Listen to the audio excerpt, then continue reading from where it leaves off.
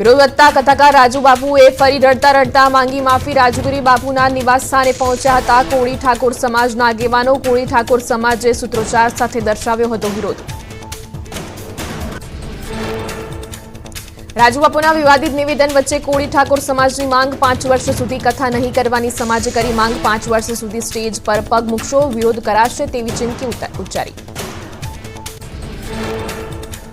કથાકાર રાજુ બાપુના નિવેદન બાદ કોળી સમાજનો વિરોધ યથાવત। રાજકોટમાં ઠાકોર કોળી સમાજે સૂત્રોચ્ચાર સાથે દર્શાવ્યો વિરોધ કરતા લોકોએ કથાકાર સામે કાર્યવાહીની કરી માંગ। પોલીસે બાળ દેખાવકારોની કરી અટકાયત। રાજકોટમાં જાણીતા કથાકાર રાજુ બાપુ સામે રોષ। વિવાદિત ટિપ્પણીને લઈને કોળી સમાજે રોષ ભરાયો। ગુજરાતમાં ક્યાંય સપ્તાહ કરશો તો વિરોધ કરવાની ચીમકી। કોળી સમાજના રાષ્ટ્રીય ઉપાધ્યક્ષે રાજુ બાપુ સામે રોષ ઠાલવ્યો। કથાકાર રાજુ બાપુના નિવેદન અંગે ગીર સોમનાથમાં પોલીસ ફરિયાદ નોંધાઈ। ફરિયાદ બાદ કથાકાર રાજુ બાપુએ માફી માંગી। ગીર સોમનાથના ઉનાના સીમરધામમાં કથામાં હતું નિવેદન। બનાસકાંઠામાં એસટી બસના ડ્રાઈવર કંડક્ટરની બેદરકારીનો વીડિયો વાયરલ। હોટલ પર બસ ઊભી રાખવાની લાઇનમાં બસ રોંગ સાઈડમાં દોડાવી બસમાં સવાર પ્રવાસીઓએ વીડિયો ઉતારી વાયરલ કર્યો।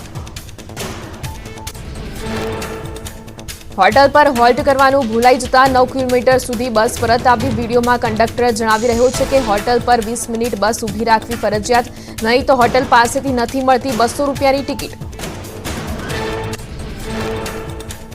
ખંભાત ડેપો મેનેજરનું ન્યૂઝ 18 પર નિવેદન। કહ્યું, અમે ખાતાકીય કાર્યવાહી હાથ ધરી છે। ડ્રાઈવરને તાત્કાલિક અસરથી હટાવાયો। ડ્રાઈવર નવો હતો।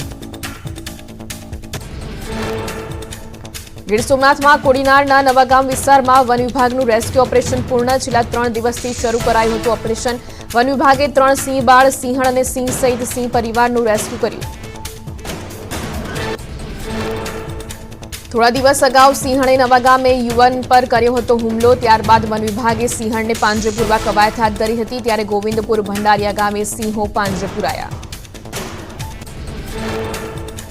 ભાવનગરના બોરતળાવ વિસ્તારનું મેગા ડિમોલિશન શરૂ કરાયું। ડિમોલિશનમાં 4 મંદિર અને 1 મસ્જિદનો પણ સમાવેશ। પહેલા ડિમોલિશનને પિટિશન ફાઇલ થઈ હતી, જેનો ચુકાદો મનપાના તરફેણમાં આવતા કરાઈ કાર્યવાહી। પોલીસ કર્મી અને ફાયર વિભાગની ટીમ મળીને 70 થી વધુ સુરક્ષા જવાનો સાથે મનપાએ કામગીરી હાથ ધરી। મનપાની ટીમ 18 મીટરના રોડ પર ડિમોલિશન હાથ ધરી રોડ ખુલ્લો કરશે। વડોદરા કોર્પોરેશનમાં હોદ્દેદારો વચ્ચે કોલ્ડ વોર। દક્ષિણ ઝોનમાં મેયર અને સ્ટેન્ડિંગ ચેરમેનની જોઈન્ટ વિઝિટને લઈને વિવાદ સર્જાયો। સ્થાનિક કોર્પોરેટર અને પાલિકાના દંડક શૈલેષ પાટીલને વિઝિટની જાણ ન કરાતા વિવાદ થયો। વિવાદને લઈને પાલિકાના ડેપ્યુટી મેયરનું નિવેદન। કહ્યું, સ્થાનિક કોર્પોરેટરોને મેયર કે ચેરમેનને વિઝિટની જાણ કરવી જોઈએ। આ તરફ મેયરે વિઝિટને લઈને સ્થાનિક કોર્પોરેટરોને જાણ કરવી જરૂરી ન હોવાનું જણાવ્યું। વડોદરામાં સ્માર્ટ વીજ મીટરના વિરોધને પગલે સરકાર એક્શન મોડમાં। એમજીવીસીએલના એમડીને ગાંધીનગર બોલાવાયા। ગ્રાહકોની તમામ શંકાઓ દૂર કરવા કર્યો આદેશ। ઉર્જા મંત્રી સચિવે એમજીવીસીએલ એમડી પાસે વિગતો માંગી। સુરતના પૂણા ગામની સુંદરબાગ સહિતની સોસાયટીઓમાં સ્માર્ટ વીજ મીટરનો વિરોધ કરાયો। લોકોએ સ્માર્ટ વીજ મીટરની વિવિધ સમસ્યાઓ અંગે વિરોધ દર્શાવ્યો। સોસાયટીના તમામ આગેવાનો સહિત મોટી સંખ્યામાં લોકોએ વિરોધ કર્યો। સ્માર્ટ મીટરને લઈને આણંદના જીટોડિયા વિસ્તારના લોકોએ કર્યો વિરોધ। મહિલાઓએ સ્માર્ટ મીટરના વિરોધમાં એમજીવીસીએલ કચેરીમાં ઉગ્ર વિરોધ નોંધાવ્યો। સ્માર્ટ મીટરનામાં વીજ બિલ વધારે આવતું હોવાનો સ્થાનિકોએ કર્યો આક્ષેપ। વીજ કંપનીના અધિકારીએ તમામ આરોપો નકાર્યા।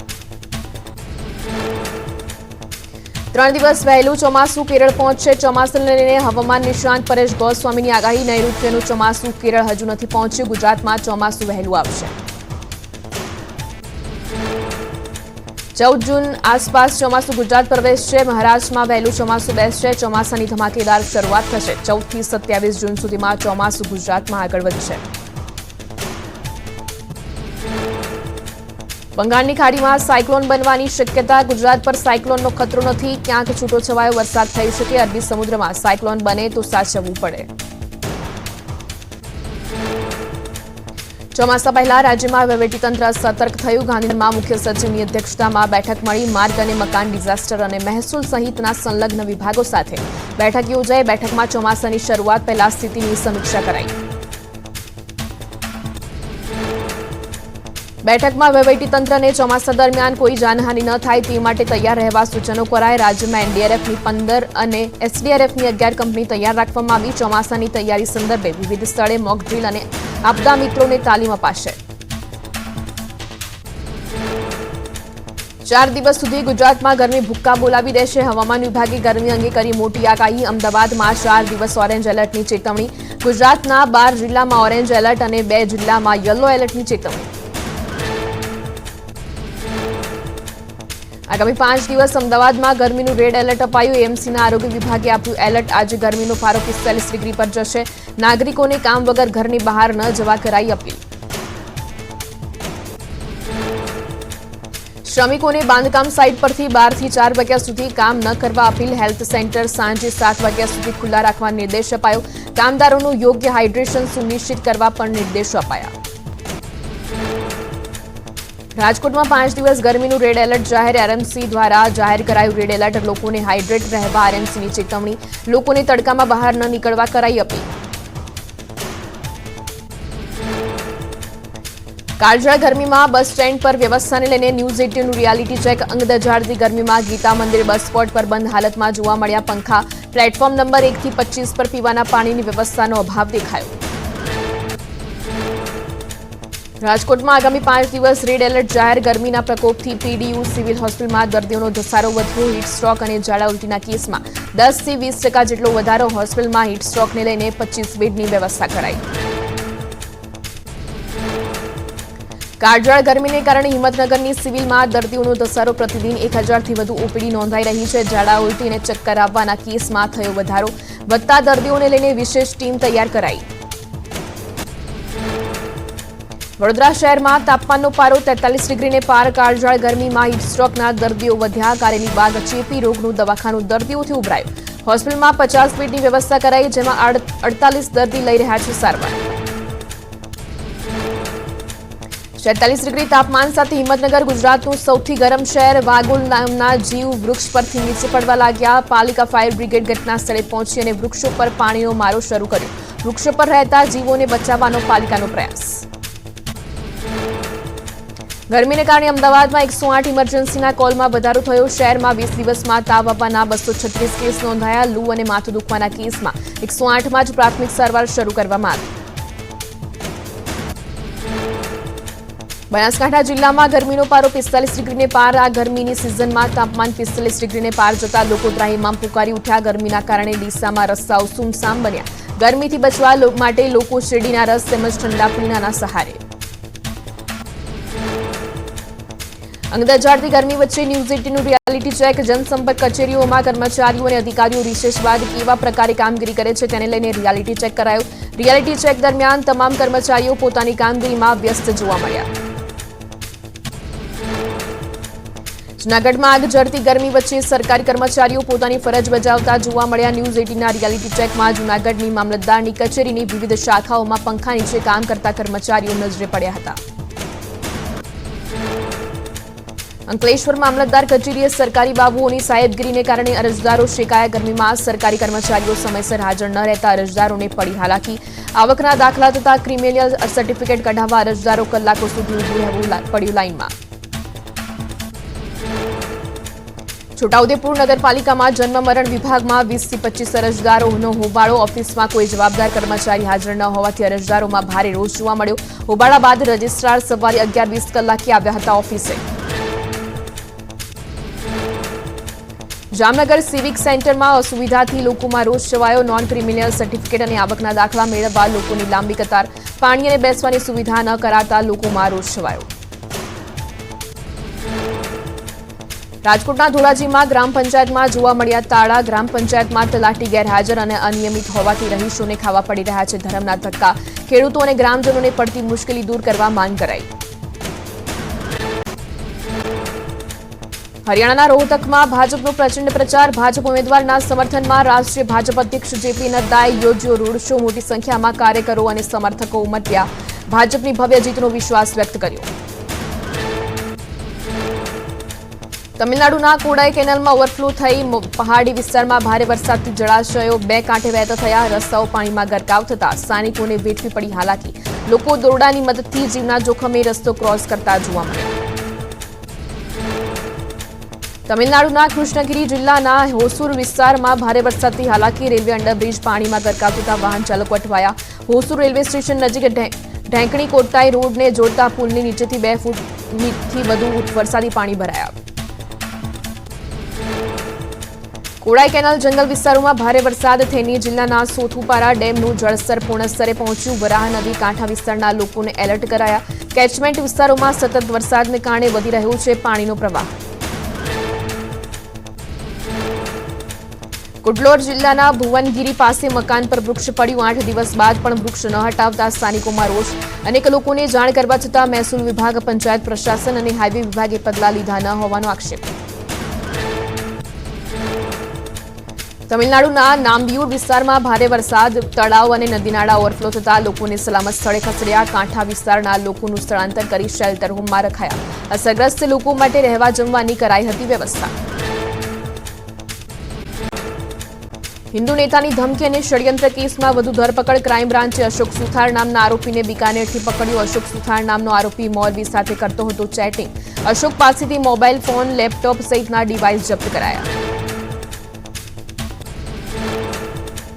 અશોક ધર્મ પરિવર્તન કરી અબુ બકર બની ગયો હતો. અશોક જ્યારે દિલ્હીમાં હતો ત્યારે મૌલવી સાથે સંપર્કમાં આવ્યો હતો અને ત્યારે કોમ્પ્યુટરને લગતો ધંધો કરતો હતો. અશોકની પૂછપરછમાં મોટા ખુલાસાઓ થઈ શકે. સુરતમાં ડુમસ રોડ પર કરોડોની જમીન પચાવી પાડવાનો ગંભીર આક્ષેપ. પૂર્વ કેન્દ્રીય મંત્રી તુષાર ચૌધરી અને પ્રદેશ મહામંત્રી દર્શન નાયકે તપાસની માંગ કરી. તત્કાલીન કલેક્ટરે સરકારી જમીનમાં ગણોતિયાના નામ દાખલ કર્યા હોવાનો લગાવાયો આરોપ.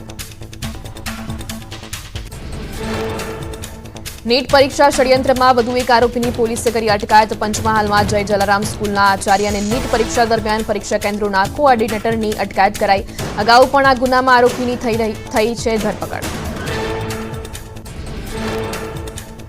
શ્રીનગર સબ જેલમાં અમદાવાદ જેલર્સ કોડની ટીમે ચેકિંગ હાથ ધર્યું. ચેકિંગમાં બેરેક નંબર 3 માંથી મોબાઈલ મળી આવ્યો. મોબાઈલ અને સિમ કાર્ડ જપ્ત કરી ફરિયાદ નોંધાવાઈ.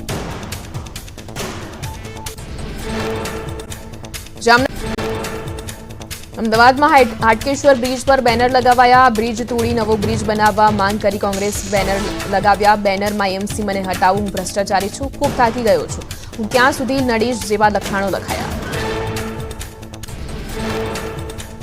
કથાકાંડની ટિપ્પણી સામે કોળી સમાજમાં રોષ યથાવત. કોળી સમાજના આગેવાન ઋત્વિક મકવાણાએ કોઈ ચોક્કસ ષડયંત્ર હોવાનો કર્યો આક્ષેપ. રાજુ બાપુની વિવાદિત ટિપ્પણી વખોડી.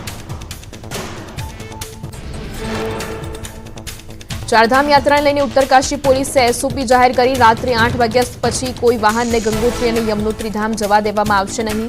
11 વાગ્યા પછી મુસાફરી પર પ્રતિબંધ રહેશે.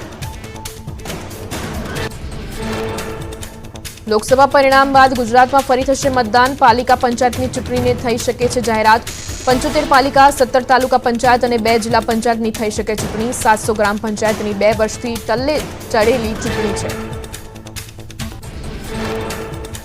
ધોરણ 12ની સામાન્ય પ્રવાહની માર્કશીટની થશે વિતરણ. આગામી 23મીના રોજ શાળામાં થશે વિતરણ. માધ્યમિક અને ઉચ્ચતર માધ્યમિક શિક્ષણ બોર્ડ દ્વારા જાહેરાત કરાઈ.